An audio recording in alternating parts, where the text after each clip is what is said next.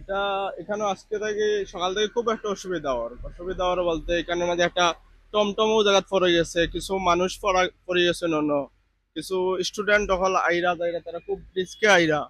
আর এই জায়গাটা পুরাটা খোলা, এখানে পুরাটা খোলা, যারা জানে না প্রায় 1.5-2 মাস হয়ে যায় গা।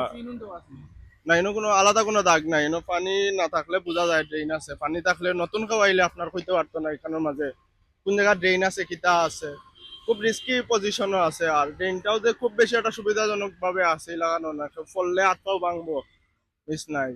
আর এই জিনিসটা এই ড্রেনটা উন্নয়ন করার লাগে এটা ওপেন করা হয়েছে। এটা যদি যত জলদি সম্ভব ড্রেনেজ সিস্টেমটারে যে কোনো একটা সাইড লাগানো বা এক সাইড থেকে খামটা ধরানি হয়, তাহলে সব থেকে ভালো হয়, জিনিসটা সবার লাগে ভালো হয়। আর এই পানিটা এই সাইডের যত ব্যবসায়ী আছে এই সাইডের ব্যবসায়ী কেউ ব্যবসা করতে পারবে না। আমার মনে হয় না আজকে কেউ এখানে মাঝে বনি করতে পারছেন বা 10 টাকাও এখন পর্যন্ত সেল করতে পারছেন।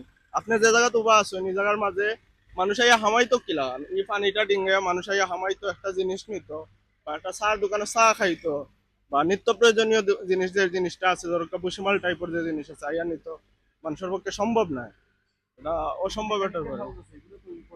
মেকানিক্যাল হাউস পরে ভুসিমালের আছে, বিভিন্ন লাগানির মধ্যে সব আছে, বা বিকাশের কেউ ইমার্জেন্সি টাকা থাকলে করতে পারে। এই যে পানিগুলা তো পালা না এখানের মাঝে, যদি আপনি নামইন তে আগামী আধা ঘন্টা আপনার খালি খাজবানির যাইব, এরপরে লগে আপনি বাদ বাকি সময় তো আর বুঝরা।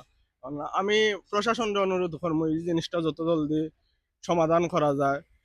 এই ড্রেনটা যে সময় করা হয় এই সময় এমপি সাহেব আইসা না কইছেন দ্রুততম সময়ে তাই এটা কমপ্লিট করবা। আমরা আশা করবো যত দ্রুত সম্ভব ওই জিনিসটা তাই তাই দেখতা এই জিনিসটা কমপ্লিট করতা, করলে সবার উপকার হয়, খালি আমরা নাই।